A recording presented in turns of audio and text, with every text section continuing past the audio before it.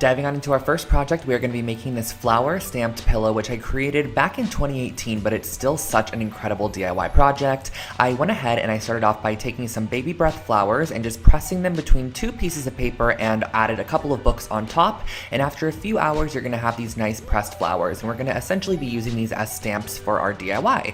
So next what I did was use a little bit of black fabric paint, and I stippled it on with a stippling brush, used a little spray bottle to spritz some water on there to almost turn it into a watercolor. And then I stamped it on the edge of my pillow as shown here, using a paper towel on top just to absorb any of that extra water. So as you can see, as you stamp it down, it creates this nice kind of watercolor stamped effect, and I created this all the way around the entire exterior of the pillow, making sure to kind of create a circular shape as I went with it, because in the end I wanted to go back with a paintbrush and some watered down paints to add an initial. This is actually based off of a pillow I saw on Anthropology that had an initial on it, and I thought it was super cute, so I wanted to create my own, and that's how this one turned out.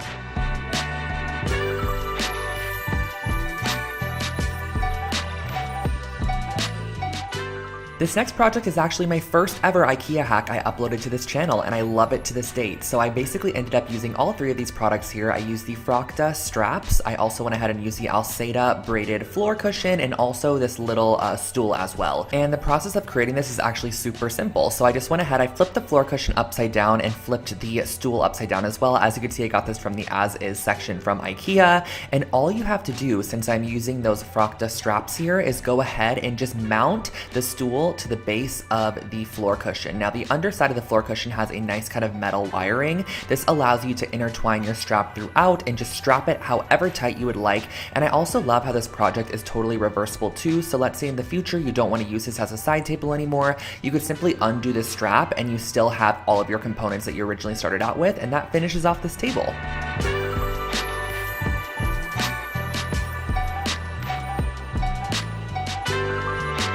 Here we have one of my first ever macrame project I created on this channel, and this is kind of like a faux macrame because you get the look of macrame without actually having to put in all the work needed. So I actually started off with this metal pot here. I believe I got this at Joann Fabric, and some macrame cord also from Joann's. So what I wanted to do is first start off by creating a ring that would kind of go along the top rim of the pot, and we're going to be creating our macrame based off of this ring here. So cutting a couple of yards of macrame cording, you're going to need 2 strands per section, fold them in half, and you're going to create a lark's head knot over that ring that you initially created to hold your pot, and you're going to want to apply these at 4 different points on your ring there. So as you can see, we have 4 different sections applied, and now you're going to want to start the macrame process. So grab 2 strands and place them in the center, and you're going to use your right strand, go over the top of your 2 center strands. Your left strand's going to go over the top of your right's tail, underneath and up through the loop. This is going to be a very, very repetitive process, but this is why I kind of call it a faux macrame, because there's no need to really connect different strands and get kind of confused as you're going on with the process. You're only going to be working on each 4 of these sections at a time, and you're going to be creating a sequence of square knots, which is going to end up looking something like this. And once you reach your desired length, go ahead and tie all 4 strands in a knot there and cut 2 of the strands off that are not necessary anymore, so you only have 2 hanging from the end of the knot there.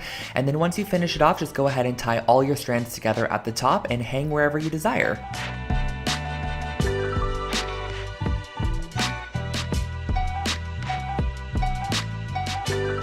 I'm a huge fan of taking Polaroid photos, but I never really know how to display them, so I figured we can create this really fun interchangeable Polaroid display. So I went ahead and used this wood sign and a couple of these bags here to create this. So the wood sign is from Michael's Craft Store. I went ahead and painted it white to start, but you could stain this, you could paint it black, however you want to go along with it. And then at the top, I went ahead and screwed in one of these little hooks here, which are traditionally used for picture hanging or hanging plants from your ceiling. And then I went ahead and grabbed my 3x4-inch bags, punched a hole in the top there, and you can slide your Polaroids inside, which really allows you to interchange them and kind of display them as you would like to. You can also add a ton of bags to this. You can have like 10 to 15 bags hanging from the hook that have lots of different Polaroids on them, so you can kind of flip through them and see all of your memories in one location.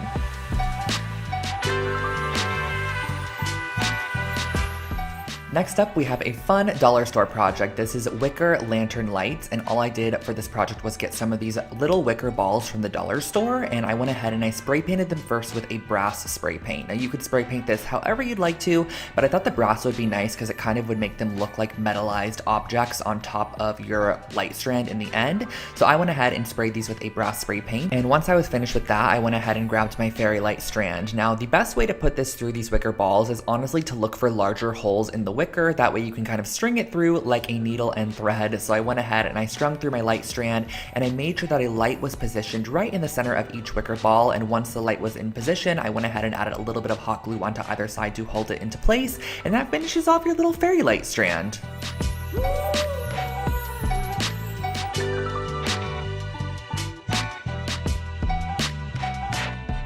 I have created so many throw blankets over the years, but this was an IKEA hack that I really love. It's so simple and easy to transform any blanket. So I went ahead and started off with a simple knitted blanket from IKEA, and I also got some chunky yarn and a large yarn needle as well. This just makes the process so much easier. So I went ahead and just strung my yarn through the yarn needle, and literally all you have to do for this project is create a nice chunky stitch along the edge just to add a little bit more detail to a basic blanket. So I went around, stitched the edge as shown here, and once you reach the corner, you're just going to want to make sure to also apply a stitch into each corner, kind of pivot it 90 degrees and work in your new direction. Now you can totally customize this and make your stitches as long or as short as you would like to. I feel like I made mine probably about 1 inch to 1.5 inches each, but I really love the kind of ununiform look of the stitches. I feel like it adds a nice handmade quality to the piece, and once you reach the end, you can snip it off and enjoy your throw blanket.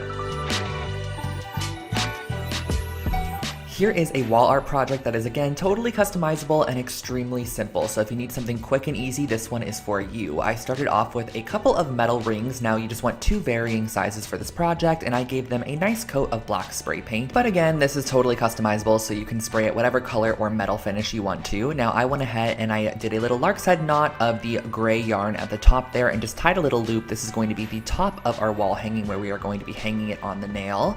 And the next step is going to be very simple. Just cutting a couple pieces of your yarn to about 1 yard in length, folding it in half, and just looping it on the larger of the 2 rings. This is a very repetitive process of just looping the yarn onto each of the rings, letting it kind of cascade and waterfall over the top of each other to create a little layered wall hanging. So once you reach the end, I just created a blunt cut with those pieces. I feel like it gives it a little bit of a cleaner look, and on the ring that is smaller, I'm going to be applying this gray yarn to it. So doing the same exact methodology, just cutting it at the bottom to create a nice blunt cut, looping them on, layering it up, and that finishes off this wall hanging.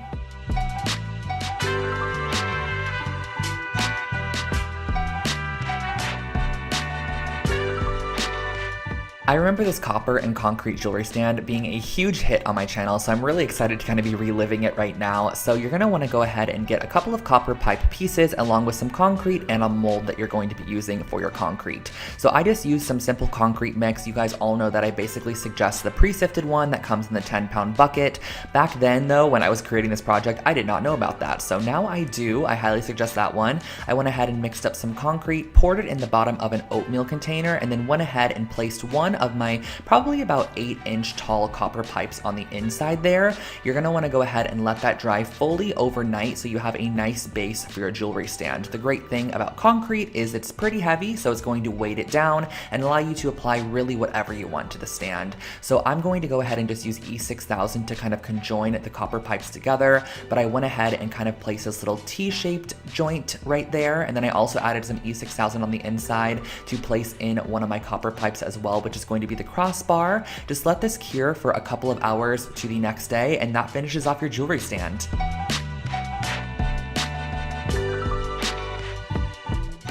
Bringing back another dollar store DIY for you guys. This was from a dorm video that I did, and the total cost of this project was $3.50. I used this cutting board on the left side, which I got at the 99-cent store, some nails, some string, and a pencil. So the first thing I did was actually just kind of trace out or sketch out a crescent moon shape, and then I went ahead and just dotted wherever I wanted the nails to be. I also added a couple of nail holes on the bottom, as you can see there, just to go ahead and allow myself to hang a couple pieces of jewelry off this or whatever I wanted to add to it. Now, I used really tiny 1/2-inch nails, which required me to go ahead and use a plier to hold it into place and then a hammer to securely press it into the wood there. And once you go ahead and hammer in all of your nails, I just went back with this black cotton cording, which I just kind of very no rhyme or reason applied it around the entire moon shape just to fill it in. I also went around the edge to give it kind of a nice clean finish. As you can see here, looping it around every single nail. This is just going to kind of finish it off and give the piece an outline. I just like the way that this looks a little bit more than when it is unfinished, and that really finishes off your jewelry hanger.